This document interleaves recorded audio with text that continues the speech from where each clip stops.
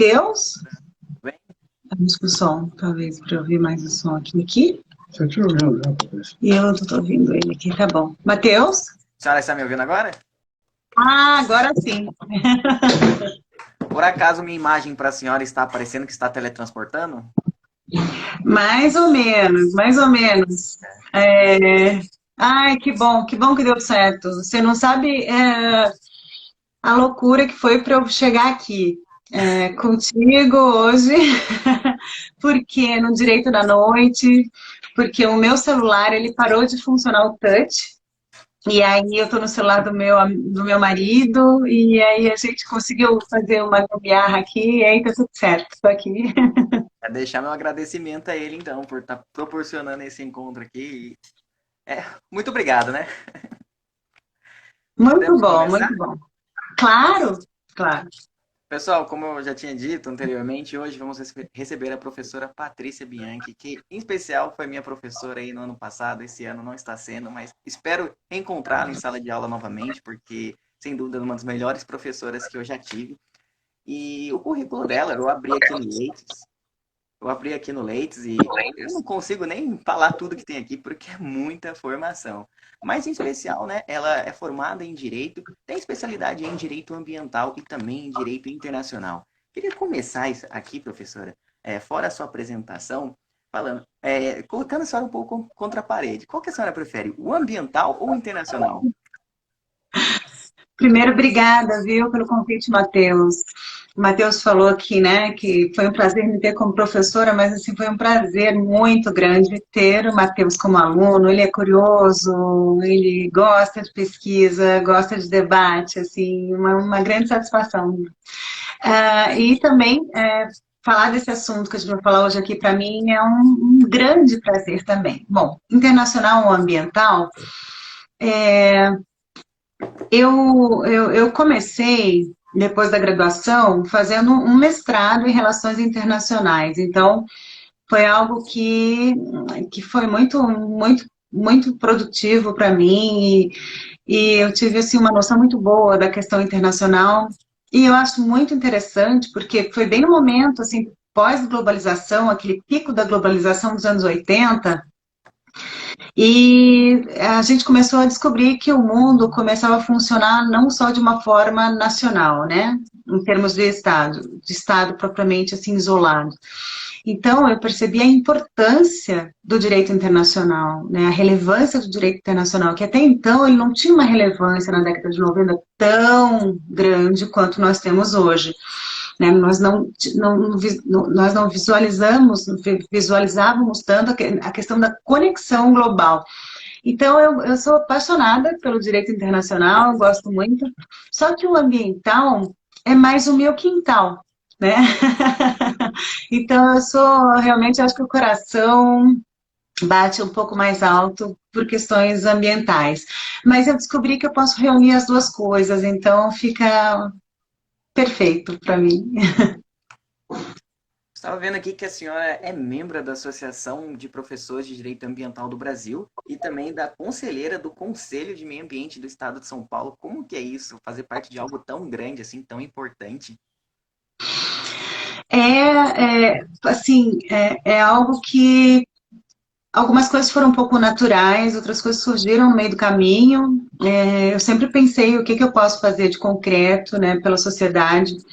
E eu acho que o Consema foi algo que aconteceu na minha vida de uma forma muito, muito especial. Eu comecei a trabalhar alguns anos atrás com uma ONG, né, com a Oikos, e por meio dessa ONG, que eu me orgulho muito até hoje de fazer parte da Oikos, de trabalhar com eles, porque é uma organização internacional extremamente, tem uma credibilidade muito grande hoje no Brasil, sobretudo aqui no Vale do Paraíba. E aí surgiu a oportunidade, porque tinha uma pessoa que já fazia parte, né, do CONSEMA, desse Conselho Estadual do Meio Ambiente do Estado de São Paulo, mas ele estava acabando o mandato e perguntaram por acaso se eu gostaria de participar. E eu já havia participado de alguns conselhos municipais aqui no Vale do Paraíba também, e eu aceitei com muito gosto, porque para mim além da questão, por exemplo, da advocacia e da docência, trabalhar no âmbito, né, do debate da sociedade civil, da questão democrática da sociedade civil, era muito importante. Então, foi muito bom, muito gratificante. E a questão da associação da Prodab, né, dos professores de direito ambiental, é maravilhoso, porque é uma espécie de congregação de professores que estão ali e trocando ideias e trocando informações e os eventos, né, que lá ocorrem sob a batuta do Guilherme Purvin, são eventos, né, maravilhosos, produtivos e que acabam em livros e em publicações bem interessantes, e fora a questão, né, das amizades, enfim, é muito bom, é muito bom. Eu me sinto hoje muito satisfeita com todas essas questões. A senhora falou que fez parte de conselhos municipais, né? Como que eu faço, que nem eu sou estudante de direito, estou me formando aí, você é um advogado e quero continuar nessa área ambiental. Como que eu faço para poder participar de um conselho municipal? Creio assim que seja o básico, né? Acho que a primeira coisa assim, é você ter informação, né, a respeito do que ocorre na sua cidade. Eu participei do Conselho de Lorena, foi uma indicação na época do Unisal, eu acho que foi por meio do Unisal, né, que perguntam, ó, tem alguns professores aqui, alguns cidadãos, né, que têm envolvimento com a questão ambiental, você gostaria de fazer parte do conselho? Mas, assim, não eram, acho que só tinha eu de professora, outras pessoas eram, às vezes, ligadas à sociedade civil, ou alguém que era extremamente interessado na causa. Então, você precisa ter a informação, né, do que ocorre na sua sociedade, e saber que existem vagas, né, para esses conselhos de tempos em tempos, para que você consiga se manifestar junto ao poder público a respeito das normas ambientais, a respeito do que vai acontecer com a sua cidade. E isso é maravilhoso, porque você está ali, né, frente a frente com a democracia, com a possibilidade de influenciar em uma decisão política, uma decisão de política pública. Então, é muito interessante. Então, a questão-chave Matheus, a informação sobre o seu espaço, sobre a sua cidade. Na época que a senhora atuava aqui em Lorena, vocês eram bastante ativos, que nem os vereadores procuravam bastante vocês para tirar algumas dúvidas, para poder levar projetos em frente? Como que funcionava isso? Fiquei muito curioso sobre isso agora. Não, não, nós não temos essa sofisticação ainda em termos de conselho. Eu falo tanto em termos de Lorena, pela minha experiência, aliás, eu acabei de sair, né, depois de 2 gestões no Conselho de Meio Ambiente do Estado de São Paulo, não teria como ter mais um mandato. Então, acabei esse mês de entrar uma nova gestão.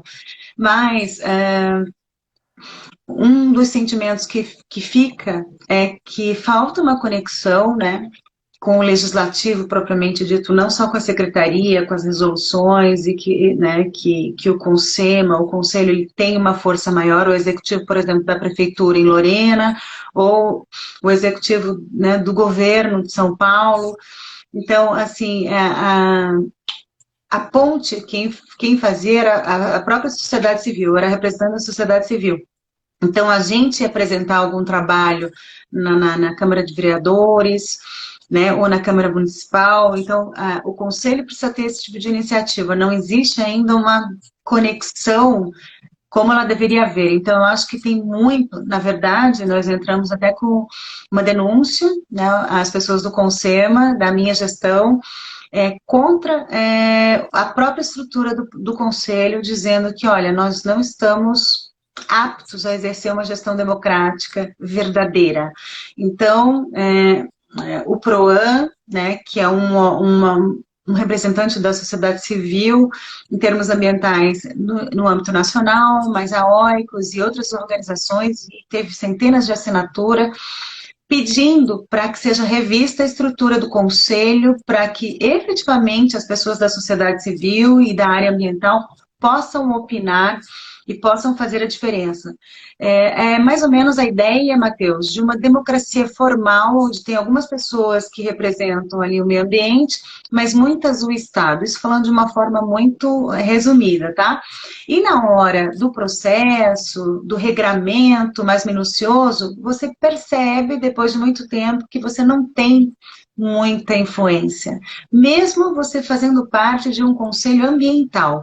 Não é um conselho econômico, não é um conselho tributário, não é um conselho da cultura, é um conselho ambiental e você não consegue, né, fazer valer as questões ambientais. Então, daí hoje até uma notícia que já foi veiculada na imprensa, que a sociedade civil e nacional entrou para fazer uma revisão dos conselhos de uma forma geral, que não tem essa, né, democracia toda que a Constituição exige. A senhora acha que vão conseguir dar uma liberdade maior para vocês, um poder, digamos assim, ou a senhora acha que é meio difícil a curto prazo? Nós já tivemos uma manifestação, né, do Ministério pedindo maiores informações. Nós trabalhamos em algumas frentes, então não é só, até para os advogados novos que vêm vindo aí, né, do Unisal e as pessoas que assistem o programa de vocês, não é uma questão apenas técnica, jurídica, que a gente entra com uma ação, né, ou com uma peça e deixa lá, então a gente se mobilizou, pessoas se mobilizaram, né, sobretudo no âmbito do PROAN, que é a organização, acho que mais forte, politicamente. Então, se você for ver a lista das pessoas que assinaram esse documento, são pessoas de extrema importância, né, em termos políticos, em termos mais diversos que tu pode imaginar. E, então, é uma questão hoje para a gente, jurídico e política, né, que é como funciona mesmo. E nós temos muita esperança que modifique alguma coisa, mas, assim, curto prazo, não. Nós entendemos que isso é um processo no Brasil, nos outros países também, mas no Brasil também é uma questão extremamente lenta, né? Mas, assim, foi tão bem fundamentada, a peça, por exemplo, as argumentações e a justificativa foram tão bem explicadas, né? E que não há como, se você não tiver nenhum tipo de interesse por trás, de não dizer, olha, faz muito sentido, né? Faz muito sentido para a comunidade, né? Para os paulistanos, para os paulistas, e faz muito sentido para uma sociedade que se pretenda democrática. Nossa querida amiga Epi Moreira falou que a pauta ambiental é sem dúvidas a mais importante de todas. Sem o meio ambiente, a sociedade nem existiria. E é com base nisso que vamos começar a entrar em algumas perguntas um pouco mais específicas do tema de hoje, que é sobre a Amazônia. Eu sei que a senhora é especialista em estado de São Paulo, em Lorena, né, como a senhora falou, mas hoje o nosso tema é São Paulo e a gente vai puxar isso também para São Paulo, né? Porque o que acontece lá, imagino que aconteça aqui também no estado de São Paulo. Queria saber quais são as principais causas das queimadas hoje lá na Amazônia e como que isso começou, em que ano, em que data que eles começaram a apurar isso? A questão das queimadas é uma questão muito antiga, né? A gente tem notícias hoje, notícias bem sérias, mas tem uma explicação muito básica. A agricultura, né, processos agrícolas e pecuária. Então, isso começou lá na época com Getúlio, né, década de 30, né, com a abertura para o desenvolvimento da Amazônia, com estradas, com a questão, né, da habitação, do desbravamento, se aprofundou muito na década de 50, com o Juscelino. Juscelino preparou todo o terreno, né, do Brasil, inclusive o terreno da Amazônia, para, inclusive, investimentos estrangeiros, né, nós, assim, com uma postura característica de países em desenvolvimento, abrindo as portas e abrindo, né, para o capital estrangeiro. Então, a Amazônia fez parte disso, então teve uma intensificação desse processo lá na década de 50, 60, com Juscelino Kubitschek. E, a partir dali, foi uma abertura contínua. Então, assim, todo mundo, né, a imprensa fala do agravamento agora com o atual governo, mas esse é um processo que começou na década de 30. Então, os grandes motivos hoje para as queimadas e o desmatamento, né, se for para dar nome aos bois, é a agricultura de forma extensiva e a pecuária. Né? Tem outras questões, então a Amazônia hoje tem a questão da mineração, tem explorações da indústria farmacêutica de todo tipo, mas assim, os principais agricultura e pecuária. A senhora considera que o Brasil teve retrocesso político de políticas ambientais nos últimos anos? Qual que é a visão da senhora como uma especialista na área? Aí tu me dá um prato cheio que a gente podia ficar até o final hoje falando dos retrocessos, mas eu vou falar só alguns. Sim, nós estamos numa fase que eu, assim, que não tenho nem tantos anos de luta ambiental, né? Mas, assim, nós temos um grande retrocesso em termos, por exemplo, né, de fiscalização, em termos, porque a fiscalização ela vem sendo obstruída em termos, ou então mesmo cessada. Então, o IBAMA, né, o INPE, né, há 2 anos atrás, cerca de 2 anos, teve um imbróglio com relação ao INPE, o INPE deixou de ser, pelo menos sob a ótica do governo federal, o grande fiscalizador ostensivo por meio dos satélites e por meio de todo o arcabouço tecnológico, né, que possui uma tradição muito grande. Então, a questão também do IBAMA, falta de recurso, ICMBio, enfim, o que nós temos hoje, Matheus, não é segredo, porque se você for pegar na internet, era mesmo uma bandeira de governo, né, do governo atual, de não investir em meio ambiente e também de entender em várias posturas, várias falas, que o meio ambiente é um obstáculo ao desenvolvimento. Então, o que se faz hoje é tirar esse obstáculo ao desenvolvimento, tanto que aí teve aquele episódio que todos ficaram, né, ficou muito famoso, é repetido até hoje na imprensa, de passar a boiada. Então, o que o ministro Salles hoje faz é passar a boiada. Passar a boiada é desregulamentar, seja por meio do processo legislativo, ou leis, ou por meio de decretos, né? Os decretos estão sendo muito utilizados para isso, enfim, de movimentação política, de obstrução e de estancamento de recursos. Então, é uma sistemática de ações a fim de que o IBAMA, que é um órgão fiscalizador e de estabelecimento de políticas públicas, o ICMBio, por exemplo, fiquem absolutamente sem ação, porque estão sem recursos e, por vezes, estão sem possibilidade de ação por algum decreto ou alguma regulamentação que, ou diretamente ou de uma forma indireta, impossibilita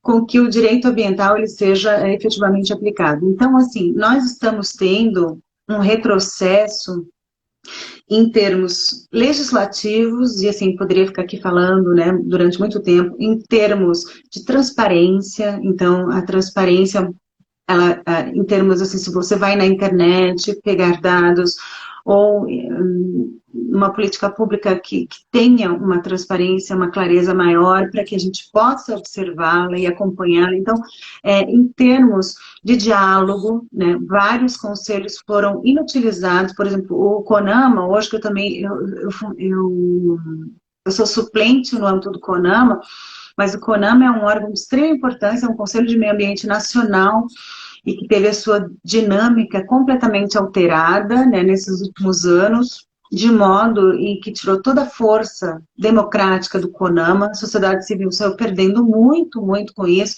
Enfim, não é uma opinião minha, né? A questão do que nós perdemos em termos ambientais, do que nós retrocedemos, é uma questão que qualquer um dá um Google, né, e vê, assim, elencado, porque hoje em dia tem universidades que elencam em termos legislativos, em termos de estancamento de recurso, em termos de aumento de desmatamento, aumento com relação, em comparação com anos anteriores e tudo mais, né? E assim, e fora isso, como eu falei, Matheus, a própria retórica, a própria fala do governo, que esconde e não esconde, né? Foi plataforma de eleição, inclusive, né? Tanto do Salles, na época que foi candidato aí a deputado, quanto do próprio presidente que nós temos hoje. Então, foi bandeira, inclusive, né? Então, não é à toa, e não é sem justificativa e nem sem ideologia. Tem tudo isso.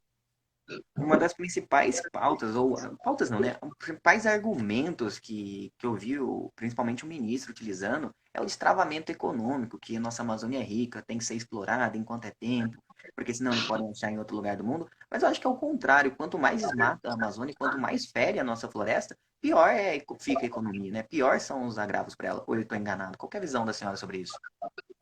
Não, você tá muito correto. Assim, a Amazônia hoje ela tem uma importância por si só, por ser a Amazônia. Aí alguém que não tem, por exemplo, que nunca, né, lê sobre outras coisas, que nunca teve assim uma curiosidade para saber sobre a Amazônia, para você ter uma ideia, ela tem uma influência muito forte no clima de São Paulo, aqui, né, do nosso estado.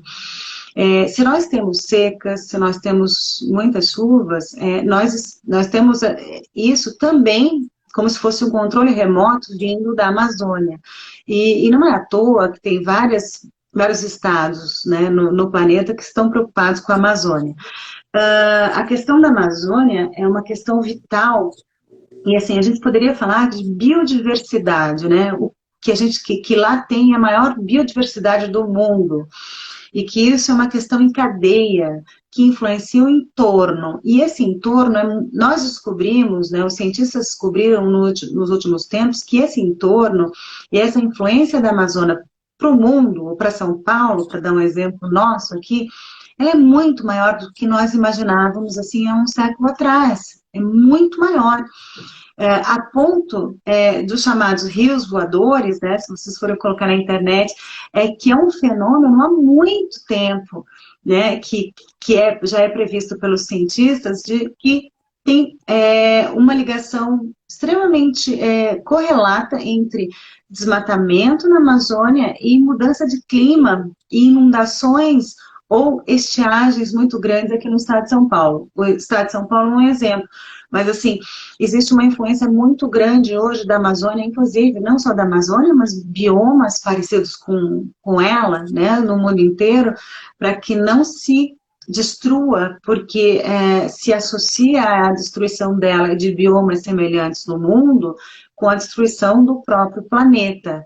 Né? Então, se tem muitos estudos hoje em dia falando, olha, existe um limite, inclusive, as queimadas na Amazônia, a destruição na Amazônia, tem um limite que se fala que se ultrapassar esse limite, é muito difícil a gente ter um retorno, né? Então, é esse cuidado, talvez o desespero, porque o desespero não é contra o ato criminoso em si, hoje em dia, porque nós temos leis de proteção com relação a tudo isso.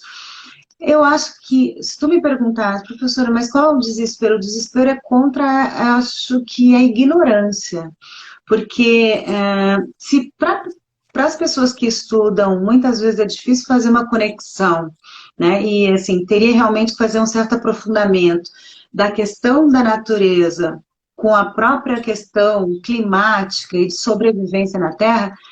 Imagina para quem não tem acesso. E a gente vive, Matheus, num país que direito ambiental, essas questões são perfumaria ainda, infelizmente. Eu lembro que os meus professores falavam isso na década de 90, mas nós estamos em 2021 e ainda é. né? Porque nós temos que convencer acadêmicos e imagina a população em geral. Claro que isso vem muito de sensibilidade. Uma pessoa que vive, muitas vezes, dependendo, no campo, ela tem essa sensibilidade. Você explica pouco e porque ela sabe de como funciona, por, muitas vezes por intuição, sei lá, ou porque realmente teve um acesso específico, né? Mas é muito difícil que as pessoas tenham esse conhecimento, mas é bom que saibam que são estudos de Oxford, de Harvard, enfim, de faculdades extremamente importantes, da USP, aqui de São Paulo, da nossa própria faculdade, né, do Unisal, e que comprovam, né, assim, décadas e décadas, né, cientistas trabalhando no sentido de comprovar a ligação desse bioma gigante com o bem-estar e com a qualidade de vida em termos ambientais que se tem muito distante da própria Amazônia. Então, essa, acho que é a questão fundamental.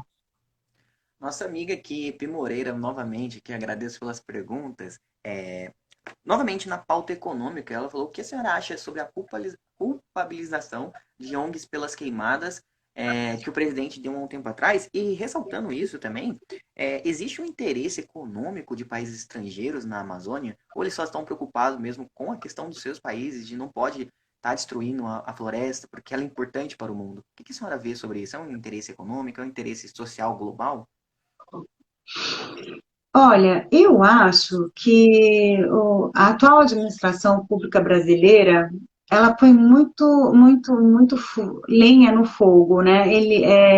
Eles, eles estão agindo de uma forma muito clara, né, nesses 2 últimos anos, que é uma forma de abrir, né, a boiada, né, que o ministro Salles falou. Então, e no meio do caminho, eles soltam para a imprensa umas questões, e aí dá aquele... E não é só na área ambiental, isso funciona também agora com a Covid, né, Covid-19. Então, hoje em dia tudo é muito complexo, a gente tem que abrir, né, e tentar enxergar, e é muito difícil, porque e aí jogam para a opinião pública, e aí cai na internet, aí a gente sabe como é que funciona, né? E aí cai no WhatsApp, e aí a tia daqueles grupos fala com propriedade, a gente não tem nem como argumentar, né? Porque o negócio, no artigo científico, ele vem muito mais fraco. Se vai para o WhatsApp, adquire uma força gigante, uma amplitude absurda. E aí, é claro, e aí eu falo para vocês, né, que estão ouvindo sobre questões ambientais e querem conhecer um pouquinho mais, que tem interesses ambíguos, sim, na Amazônia, né, é óbvio que tem. Uma das coisas que os ambientalistas falam muito, por exemplo, é da questão da mineração. A mineração ela está sendo aberta muito por esse governo. Até, se você for procurar também os artigos, o próprio presidente da República fala que a terra dele era de mineradores, que acha que isso é bacana e tal. E, em termos ambientais, é algo que envenena hoje no Brasil os nossos rios e que ajuda a dizimar populações indígenas, né? E nós estamos fazendo aquele papel desde sempre, que é abrir as portas para o estrangeiro para que ele explore o nosso território como se estivéssemos sendo infinitamente colonizados. Então, assim, eu não vou dizer para vocês que, não, os estrangeiros estão aqui só para ajudar. Não é verdade, né? É uma questão complexa, nada é muito simples. Se alguém alguma vez dizer para vocês, olha, isso aqui é muito simples, é assim, não é. A vida de ninguém é assim e política nenhuma funciona dessa forma. Então, são sempre algumas vias, né? No mínimo 2. Existem muitas ONGs sérias, eu acho que até a maioria, né, e que investe muito dinheiro, tanto que nós temos o Fundo Amazônia, né, com muito dinheiro parado agora no BNDES,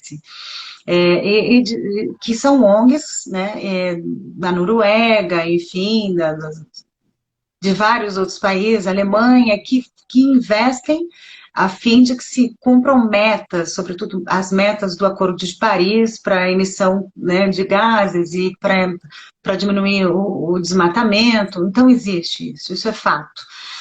Agora, é fato que existem empresas europeias e americanas envolvidas na Amazônia e no Brasil inteiro, não só na Amazônia, que estão ganhando muito dinheiro explorando o nosso país. Explorando através da mineração, né, ou por meio de ações, são acionistas, explorando porque vem estabelecer, por exemplo, uma concessionária, uma empresa automobilística, vem para cá explorando porque tem muitos descontos em termos tributários, favorecimentos, podem, né, com o governo que tem hoje e até mesmo anteriormente, poluir mais do que poluiriam no seu estado de origem. Estão ganhando porque aqui tem um índice de desemprego que agora, né, no final do ano passado, bateu 14%, recorde, e aí as pessoas trabalham por qualquer, né, falando de uma forma geral, qualquer salário, porque nós estamos tendo uma queda nos direitos trabalhistas, então vai ficar muito bom para os gringos virem para cá, né, explorar os nossos cidadãos, coisa que não podem fazer no país de origem. Então, são duas vias, Matheus, é uma via de mão dupla, né? Nem tanto para os santos e nem tanto para o, né, demônio. Então, tem empresas, sim, muitas ONGs boas, né, genuínas, que trazem muito dinheiro para o cumprimento de metas, né, em termos ambientais aqui no Brasil. Em compensação, às vezes uma empresa norueguesa que investe dinheiro aqui para melhorar o meio ambiente está envolvida com uma outra empresa que está causando um transtorno absurdo aqui, porque é assim que funciona o mercado. E quem tem que frear isso, né, não são essas empresas, porque eu sempre falo para os meus alunos, empresa não vai ter um rompante de consciência e não vai limpar nada, ela vai onde ela vai ter o maior lucro, concorda? É muito natural isso no mundo capitalista em que a gente vive. Então, o que vai acontecer é que, o que tem que acontecer é um governo que tenha tudo isso muito claro e que coloque os limites. E é para isso que o governo hoje, no mundo inteiro, funciona, né? Então, é o governo que tem que impor limites e que não tem que fazer conchavo com esse poder econômico, mas a gente sabe que isso não acontece, né? Muitas vezes. Ainda nesse sentido, na verdade isso não é uma pergunta, mas uma constatação. Eu não sei se a senhora viu há um tempo atrás, eu acho que já faz alguns anos, o Bill Gates, que virou um filântropo, né, uma pessoa que quer salvar o planeta, ele queria reduzir, né, a emissão de gás carbônico no meio ambiente. A senhora chegou a ver sobre isso? Olha, eu vejo, sim, eu vi sobre o Bill Gates, tem também o cara da Tesla, né, O Elon eu Musk. esqueci agora, o Musk, que está investindo na fabricação de carros elétricos e de várias outras questões. Mas também já li sobre que esses caras, esses bilionários, eles estão construindo, né, esconderijos ou subterfúgios, porque eles mesmos pensam que o mundo pode acabar daqui a pouco, seja por uma guerra nuclear ou pela questão climática, né? Eu não confio muito, não, nesses bilionários que estão agora, de repente, tem um rompante de querer. Não é muito por aí. Eu sou mais pelo tanto que tenho, assim, pela minha experiência, em termos de questão né, de governança, de política pública e de docência, de leituras. Acho que a sociedade civil é muito mais genuína, ainda que no Brasil, por exemplo, a gente não tem uma força tão grande, mas eu acho que se vier alguma coisa vai ser daqui, né, da sociedade civil.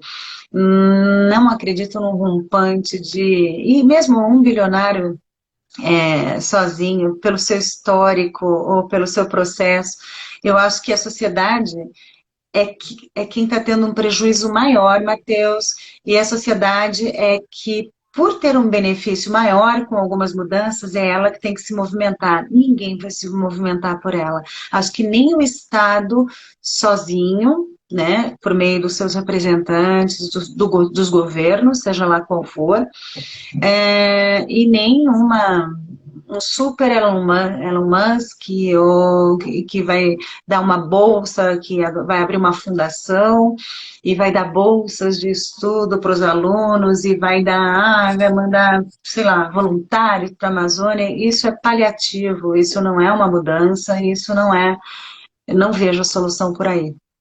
Sobre o pensamento também, que nem da sociedade civil que a senhora estava falando, eu vejo muito isso refletido, que nem a Amazônia, assim, eu acho que é o principal do planeta Terra, né? Todo mundo olha para a Amazônia e fala, nossa, é a Amazônia. Mas eu não vejo muita mobilização nos próprios estados, nas próprias cidades, né, das pessoas. Que nem eu sou aqui de Aparecida, eu não vejo muito a manifestação das pessoas em prol das nossas florestas que a gente tem aqui do lado, que já são poucas, ou dos riachos. Eu acho que ainda tem que ter muita evolução nesse quesito, né? Sim, eu acho que falando, a gente não tem muito tempo aqui, mas eu acho que a gente tem uma espécie de desconexão, né? Talvez, não sei se é uma geração mais nova ou não, mas que não tem muita conexão com a natureza. Eu acho que se as crianças não têm conexão com a natureza, elas não conseguem ver essa conexão depois nos livros, né? Não conseguem nos discursos. Então, ela vê a natureza nos filmes, né? Vê a natureza nos postais, nas fotos, nas redes, mas ela não consegue fazer de verdade uma conexão da natureza com a vida dela. Por exemplo, eu falei para ti antes dos rios voadores, né? Que é um fenômeno antigo que os cientistas já vêm falando há muito tempo, até com outros nomes. Agora estão chamando de rios voadores, que é um processo que acontece com as folhas das árvores na Amazônia e que as nuvens, que há um evaporamento, e aí as nuvens vêm para os outros estados, inclusive para São Paulo, e tem uma influência no clima muito grande. Tanto que quando houve aquele, eu não sei se vocês lembram, quando houve aquele incêndio absurdo, né, foi no ano passado no Pantanal, São Paulo, um dia virou noite. Então, por um dia, então vários colegas, as redes sociais ficaram, olha, ficou uma nuvem preta em cima de São Paulo, né, da capital e de outros lugares. E aí foi justamente porque é o mesmo fenômeno. Então, dias depois daquilo veio tudo aquilo, né, para São Paulo e São Paulo ficou com aquele. As pessoas falaram que eu conheço de São Paulo, disseram, olha, Patrícia, parecia um apocalipse, porque de repente, do nada, o céu ficou escuro, aquela nuvem né, de Mato Grosso veio. Então, é mais ou menos, então foi bacana no sentido das pessoas entenderem, não, esse problema é do Mato Grosso, né? Ou esse problema da Amazônia. Não é meu problema. Deixa, eu não moro na Amazônia, né? Eu não moro no Mato Grosso. Então as pessoas levaram um susto muito grande e assim foi uma prova pequena, né? Uma visível, porque Ulrich Beck, aquele sociólogo alemão que trabalha, né, com a questão da sociedade do risco, fala que, assim, eu acho que os maiores problemas são os invisíveis, né? É um agrotóxico que você não vê na água, que você bebe, tudo. Agora, aquilo foi visível, mas foi um alerta para as pessoas, dizer, ó, as queimadas foram um Pantanal, mas, assim, houve um escurecimento absurdo do estado de São Paulo, para vocês perceberem que o que se passa no Pantanal, na Amazônia, em qualquer outro lugar, passa por aqui. Passa por aqui. E aí eu entro num ponto que é bem importante, Matheus, que são as questões transfronteiriças. Que hoje a questão ambiental é uma questão global. Eu acho que isso é um princípio que as pessoas não podem perder de vista nunca. É global, né? Então, assim, não adianta os Estados Unidos colocar as indústrias poluentes no México, porque o vento vai levar para o México, vai chegar no Canadá e vai ultrapassar o Canadá. Isso eu estou te falando porque já tem prova disso. Então, são questões. Por isso também explica um pouquinho a preocupação dos outros estados com relação à Amazônia, né? Já que a gente está falando da Amazônia hoje. Justamente porque a questão da Amazônia é uma questão global, mas não só da Amazônia. As questões que acontecem em outros estados também são globais com relação ao Brasil. Professora, uma dúvida que eu tenho. Lá eu estava vendo algumas imagens sobre as consequências geradas pelo desmatamento e tudo mais, e eu caí numa imagem da China, que o, o ambiente deles lá é todo. Não dá para ver o sol praticamente, né? Melhor dizendo, não dá para ver o sol. A senhora acha que é possível isso acontecer por mais de um dia, né? Por mais de um tempo aqui no Brasil? Ou a senhora acha que não? Estamos bem distantes disso? Olha, a gente está indo bem, assim, caminhando bem para isso. É triste. A gente está caminhando bem. E eu vou te dar uma outra notícia. Se você for ver os jornais internacionais e as questões políticas, inclusive, a China, ela poluiu horrores, né? Até bem pouco tempo. Mas eles têm investido muito em o que eles chamam de sustentabilidade, né? E eu acho que até comentei em aula, o meu marido vai de 2 em 2 anos para a China e ele falou que viu na época, e isso eu já tinha lido a respeito, mas ele falou que viu, né? Eles tinham umas motos precárias que poluíam muito, visivelmente. E ele falou que foi, depois de 2 anos, voltou, não tinha mais nenhuma, porque na China, agora brincando, né? Se tiver uma, o cara né? Ó, então, nenhuma. Quando dão a ordem lá, ó, mais nenhuma é mais nenhuma. Então, nesse sentido, para isso, eles têm uma boa governança, né? Então, os prefeitos chineses receberam há muito tempo a ordem para a questão de botar o pé no acelerador da sustentabilidade. Então, eles têm mudado muitas questões e eles têm trabalhado muito nisso, inclusive em termos científicos. Então, levado cientistas, levado é, pessoas para desenvolver muito a questão da tecnologia, entre outras questões, né? E políticas, tipos de proibição de veículos poluentes e tudo mais, né? Então, a China, eu talvez arriscaria dizer que hoje é um dos países que investe mais em sustentabilidade e que se a gente desacelerar como a gente está fazendo, daqui a pouco a gente vai estar atrás, vai parecer piada, né? Mas a gente vai estar atrás deles. Independente do regime político, a ordem agora lá é para limpar a casa. E eu até conversava com um amigo meu que também faz parte dessa questão ambientalista, que falou com um dos embaixadores chineses, né? E mais ou menos nesse sentido, né? Dizendo o embaixador falando para esse meu amigo, olha, os prefeitos lá, né, prefeitos têm ordem para. A palavra de ordem lá agora é sustentabilidade. E como os chineses, eles são muito quadrados, né, em termos de. Até pela questão, enfim, é uma loucura isso, mas autoritária, então eles estão tendo um retorno muito rápido em termos de consequência, né, em termos sustentáveis, por incrível que pareça. Então, a China, por pouco tempo, vai ser um exemplo de um país que está destruindo, ele está retornando agora, porque entende que isso vai fazer, enfim, o país ficar um pouco mais perene, né, com a questão da qualidade de vida. Hoje em dia, país que não investir em sustentabilidade não vai se sustentar em termos, inclusive, econômicos. Uma das notícias que eu estava vendo também é sobre a Inglaterra, que ela pretende até, eu acho que 2036, se eu não me engano, proibir, banir de vez os carros a combustão lá, para também ser tudo carro elétrico, ou outro que surgir por aí, né? Nunca se sabe o que pode aparecer. Então quer dizer que a China está 10 anos, mais de 10 anos, né? Adiantada que todos os outros países, principalmente da União Europeia, na questão ambiental. É bem interessante isso. Não, acho que não sei, não poderia te dizer com eles estão com essa meta muito forte, né?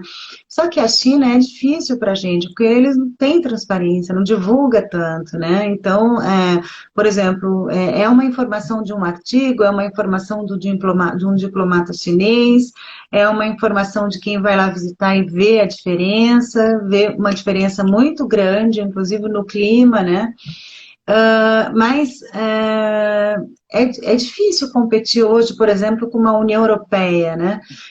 Onde eles têm metas muito claras, uma cobrança muito grande, um sistema multinível de governança e de responsabilização. É, a União Europeia, hoje, a Comissão, que é considerado o executivo da União Europeia, é considerado um dos executivos mais controlados do mundo. É controlada pelo parlamento, é controlada pela própria sociedade civil, pelo cidadão europeu.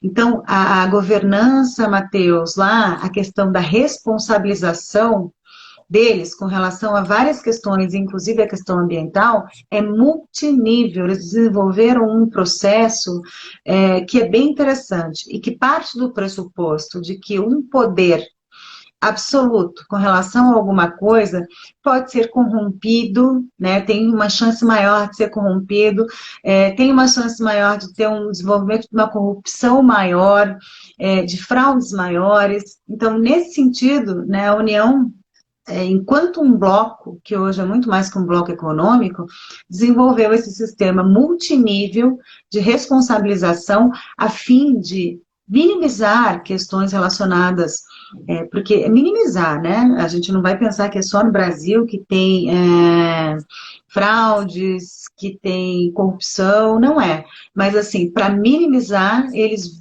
viram essa questão do sistema de freios e contrapesos, e mais do que isso, né, um sistema multinível de responsabilização como uma saída para diminuir isso, porque isso é muito deletério para a sociedade de uma forma em geral.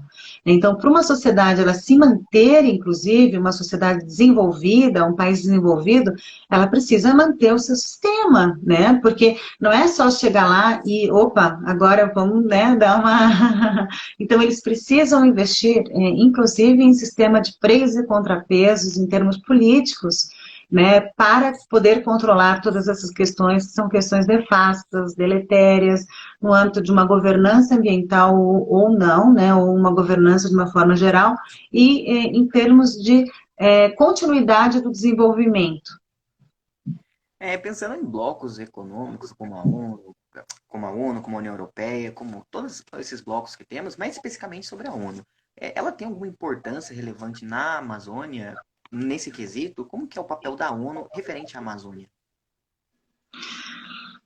A ONU, ela tem muitas atribuições, né? Então, eu vejo a ONU hoje como uma coisa muito geral, muito generalista, muito global. Ela não é especialista, né, em proteger a Amazônia, mas eu entendo que em termos de política internacional, de muito mais de soft law do que provavelmente de hard law, por exemplo, muito mais em termos diplomáticos, muito mais em termos de organização de conferências, né, de estudos para estabelecimentos de meta, de reunião, por exemplo, de artigos científicos para poder formar metas globais. Então, a ONU, hoje, eu vejo como uma grande organizadora, né, de propostas, uma grande organizadora de políticas públicas, uma grande fomentadora de eventos internacionais, para tratar de questões como questões de refugiados,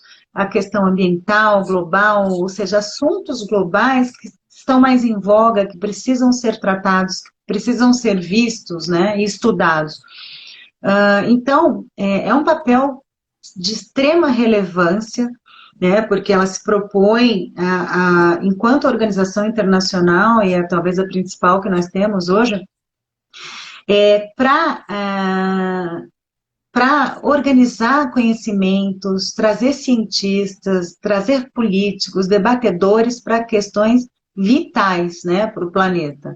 Então, é extremamente importante, mas nada é mais importante do que a própria afirmação do Estado, né, enquanto aquele que tem o dever, né, e aqui no Brasil constitucional, de defender os direitos, né, dos seus cidadãos, do seu território, no sentido de adoção de políticas públicas para melhorar a qualidade de vida, não no sentido de bravata ou de, não, eu vou proteger minhas fronteiras, mesmo porque, Matheus, fronteira hoje, aliás, desde a década de 80, os livros de globalização da década de 80 já diziam assim, ó, hoje em dia, para você invadir um território e explorá-lo, você não precisa mais de soldados. Não precisa, né, de uma forma geral.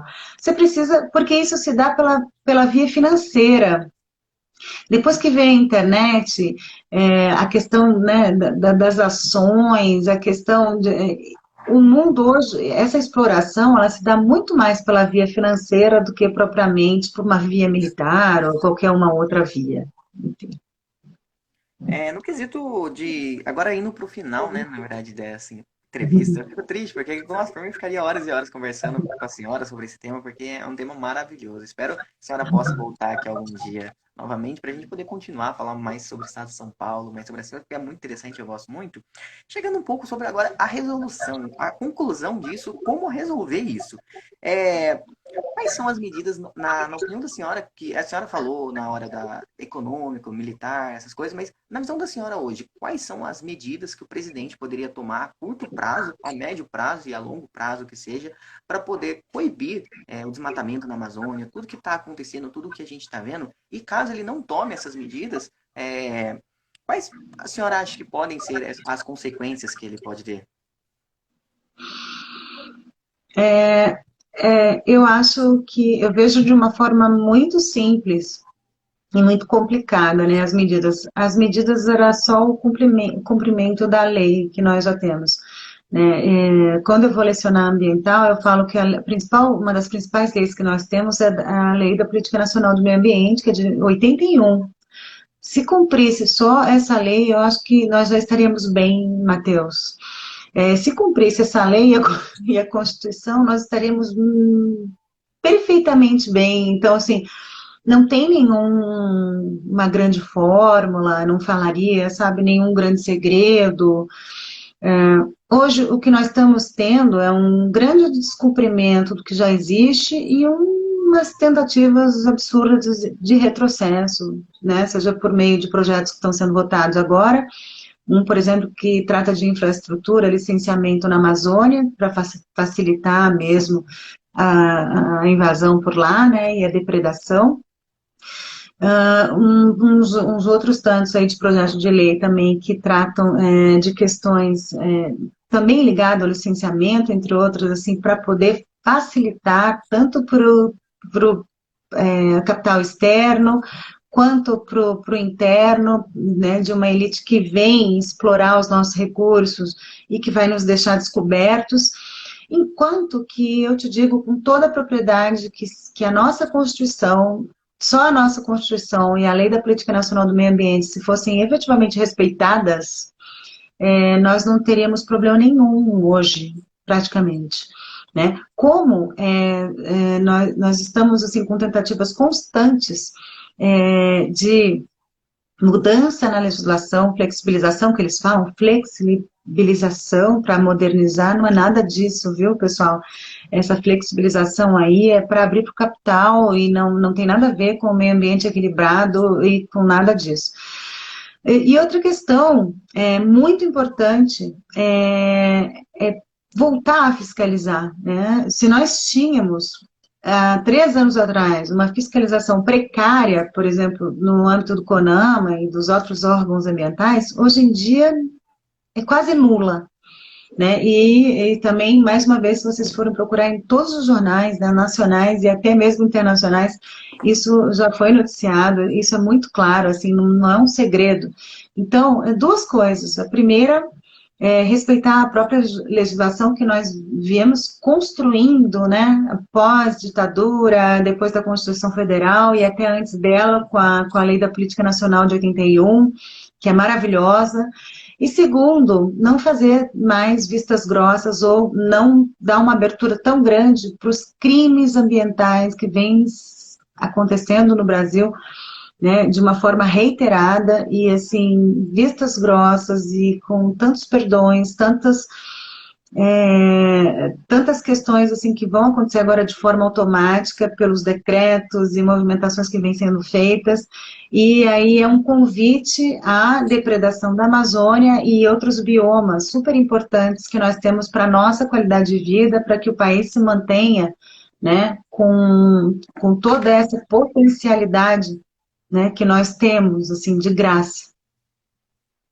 A nossa imagem lá no exterior, com tudo que está acontecendo no nosso atual cenário, é feia, né? Porque, assim, não que a gente tenha que se importar tanto, tá, com a imagem no exterior, mas, assim, eu acho que nós deveríamos, enquanto cidadãos, ter uma imagem feia do que está sendo acontecendo com o que é nosso, mais do que se importar com eles, né? Mas eles estão realmente com uma imagem feia, mas eu prefiro pensar que é porque nós nos comprometemos com alguns acordos internacionais e agora nós não estamos cumprindo. Nós estamos lá dizendo que estamos, mas aqui internamente a gente sabe que não estamos, né? Mas eu acho que muito mais importante do que se preocupar com o gringo, né, é se preocupar com o futuro nosso, das nossas crianças, com a qualidade de vida aqui, né, e assim, exigir mais transparência, exigir mais satisfação, porque eles, né, governantes entram e saem, eles estão lá porque nos representando, então eles nos devem satisfação e nos devem cumprimento de lei no mínimo, né? É claro que todos os estados têm problemas, né? Como eu falei, corrupção, tudo isso. Mas, assim, a gente precisa se manter sempre firme, exigindo transparência, exigindo que cumpram a lei, né? Em nosso favor, né? Em favor da comunidade como um todo. E não apenas cumprimento de lei com relação a grupos de elites que têm um interesse econômico incrível, sejam eles nacionais ou internacionais, ok? Professora, eu confesso muito que eu adoro esse tema, eu adoro muito o direito ambiental, eu fico até com a questão de tráfico de animal também, eu fico, meu Deus, legal, muito legal esse tema, mas quando a gente vai conversando, principalmente sobre desmatamento, ou sobre qualquer tema, né, vai batendo uma tristeza na gente, a gente vê como que tá caminhando isso, e é assim que a gente vai chegar ao fim de mais uma sessão aqui do Direito da Noite, mais um bate-papo, com essa angústia no coração, mas que vai servir para todo mundo que está assistindo agora aqui, ou também vai assistir a gravação, vamos trabalhar um pouquinho aí, tentar dar uma pressionada lá nos nossos políticos para tentar barrar coisas destrutivas pela natureza, passar emendas boas, né, que possa colaborar para a proteção dela, porque, assim, eu acredito que todos temos esse mesmo sentimento. E nesse sentido, professora, a senhora tem o canal da senhora no YouTube, fica à vontade para poder falar dele, divulgar qualquer projeto que a senhora esteja inserida, se a senhora estiver fazendo algum livro, qualquer coisa, fique à vontade. Matheus, eu tenho um canal, né, que é Patrícia Bianchi, doutora Patrícia Bianchi, lá no YouTube, e onde chamei alguns convidados de diversas áreas que tratam, assim, de uma forma ou de outra da questão ambiental. A questão ambiental é uma questão multidisciplinar, né? Então, a ideia que eu tive quando eu montei ali o canal, na verdade o canal é desde 2011, mas eu resolvi fazer esses programas no ano passado por conta da pandemia. E então, vocês vão ver que tem arquiteto, jornalista, tem professores de todas as faculdades do Brasil, tem inclusive um professor europeu lá que participou de um dos programas, mas assim, tudo de assuntos diversos voltado um pouquinho para a área ambiental, porque a área ambiental não tem como dissociar de nada, né? Ela é o ambiente, né? O ambiente, a proteção do ambiente, a proteção que envolve urbanismo, envolve a questão de dados, proteção de dados, envolve a questão do próprio jornalismo, envolve questões políticas, envolve questões filosóficas, né, envolve questões de tecnologia. Então, tudo, se você for pensar de uma forma sistêmica, tem a ver com a questão ambiental.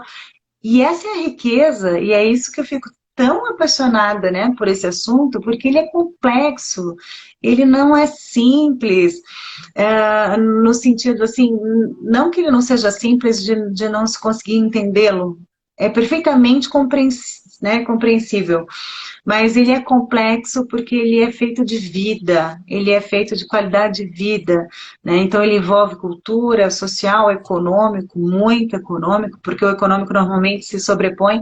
Mas eu tenho então esse canal, doutora Patrícia Bianchi, quem quiser ir lá fazer uma visita, se inscrever, enfim.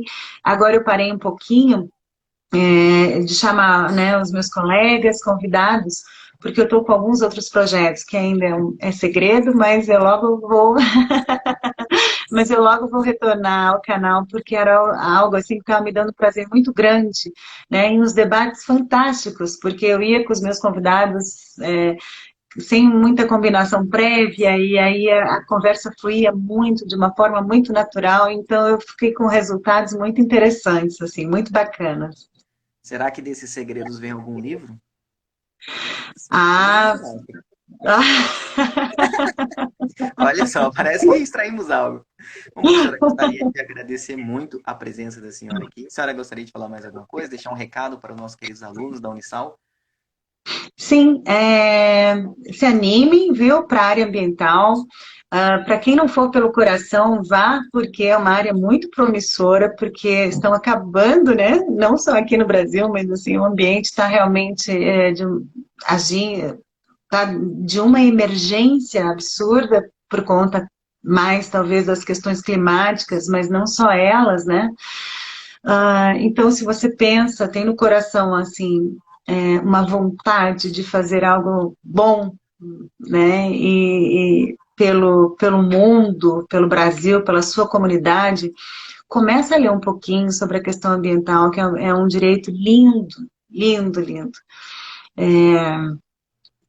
E o mundo está precisando muito, então se você tem isso no seu coração, né, como eu tive um dia que bateu, assim, eu falei, não, eu acho que eu quero trabalhar nisso, nem sei se vou ganhar tanto dinheiro, tem gente que ganha, né, mas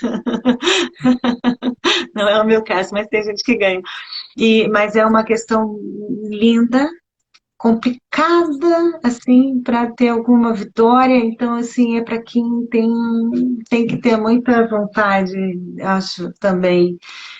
Mas é uma questão que o mundo precisa, o Brasil precisa, seu bairro precisa, seus filhos vão precisar mais do que você, seus netos mais ainda, né, com gente boa e preocupada e que queira pesquisar e que queira, enfim, né, passar essa questão para frente.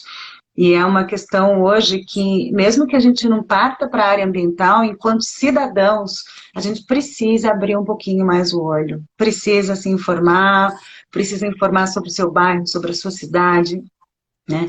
E sobre as questões teóricas, inclusive, não se deixar se engambelar tão facilmente, não seguir só notícia de Facebook e de WhatsApp, né? Eu tenho Facebook e WhatsApp, me divirto pra caramba, mas para mim é uma diversão.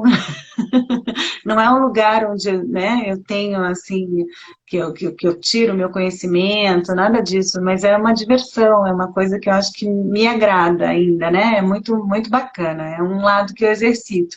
Mas é importante que a gente realmente se informe para não se deixar levar por essa onda louca que estamos vivenciando hoje, né, e que a gente vai ter um prejuízo atual e um daqui a pouco muito maior, né?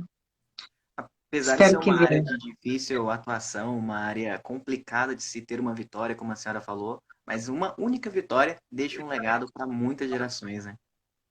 Isso é que é bacana. É uma área que dificilmente uma pessoa muito que queira algo só para si vingar, né, de verdade. Assim, pessoas grandes que eu conheço nessa área, elas são pessoas que vivem para a comunidade, no fundo, por mais que tenham uma aparência assim, mas assim, são pessoas que trabalham em prol da coletividade. Então, meio ambiente é coletividade, né? Eu não vou, por exemplo, conseguir entrar com uma ação para melhorar o meu ar aqui no meu quadrado, né? Ou a minha água da minha torneira só, não existe. Então, quando exatamente se pegasse o fio da meada, Matheus, quando você consegue alguma coisa boa é para muita gente. Isso dá uma alegria absurda, absurda. É como uma questão social, né? Uma questão trabalhista.